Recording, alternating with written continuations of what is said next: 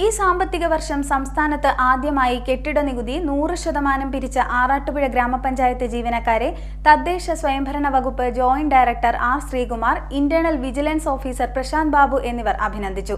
ഗ്രാമപഞ്ചായത്ത് ഓഫീസിലെത്തിയായിരുന്നു അഭിനന്ദനം.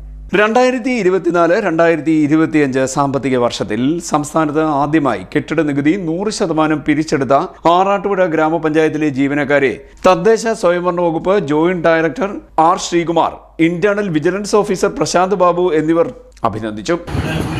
ഏറ്റവും സന്തോഷകരമായ കാര്യം ഏതാണ്ട് സാമ്പത്തിക വർഷത്തിന്റെ 31 മാർച്ച് 1 പറയുന്ന ദിവസമാണ് പലപ്പോഴും നമ്മൾ നികുതിയോ അല്ലെങ്കിൽ എല്ലാ പ്രവർത്തനങ്ങളും പൂർണ്ണതയിലെത്തിക്കാൻ നമ്മൾ കുറേ നാളുകളായി ശ്രമിച്ചു.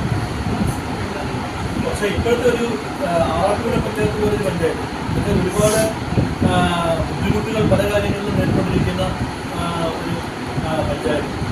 അതിന് ജോഗ്രഫിക്കലിയൊക്കെ തന്നെ പ്രത്യേകത ഒരുപാട് നിറഞ്ഞിട്ടുള്ള ഒരു പഞ്ചായത്തായിട്ടുള്ള ആറാട്ടുപുഴ പഞ്ചായത്ത് കേരളത്തിലെ തദ്ദേശഭരണ സ്ഥാപനങ്ങൾക്ക് തന്നെ മാതൃകയാവുന്ന തരത്തിൽ മികച്ച ഏകോപനത്തോടുകൂടി നികുതി ബില്ല് എന്ന് പറയുന്ന ഒരു വലിയ ടാസ്ക് അത് മാസങ്ങൾക്ക് മുമ്പ് തന്നെ ഏറ്റവും വ്യക്തമാണത്. ഇപ്പം 2 മാസങ്ങൾക്ക് സാമ്പത്തിക വർഷം അവസാനിക്കാൻ 2 മാസങ്ങൾ മിച്ചം നിൽക്കെ വളരെ കംഫർട്ടബിളായിട്ട് അത് എത്തിച്ചേരുന്ന ഒരു സ്ഥിതിയിലേക്ക് വന്നു എന്നുള്ളത് ഏറ്റവും സന്തോഷകരമായ കാര്യമാണ്. അതാണ് ഇവിടെ ഏറ്റവും അഭിനന്ദനാണ് വേണ്ടിയിട്ട് നമ്മൾ കാണുന്നത്.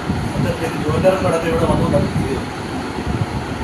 മറ്റൊന്ന്, ഗവൺമെൻറ് ഇന്ന് ഫ്ലാഗ്ഷിപ്പ് പ്രോഗ്രാമായിട്ട് വന്നിട്ടുള്ള നമ്മളുടെ GDP-യുമായി ബന്ധപ്പെട്ട് അധികാരത്തിലെ നിർമ്മാർജ്ജനം ദരിദ്രരെ കണ്ടെത്തിക്കൊണ്ട് അവരുടെ ദാരിദ്ര്യം നിർമ്മാർജ്ജനം ചെയ്യാനുള്ള പദ്ധതി ആ പ്രവർത്തനങ്ങൾ ഏകോപിപ്പിക്കുന്നത് അതും വളരെ കൃത്യതയോടുകൂടി തന്നെ. ഇതെന്ന് വെച്ചാൽ ഒരു ഓഫീസിന്റെ മാത്രം ഒരു പ്രവർത്തനം നടക്കേണ്ട മേഖലയാണ്.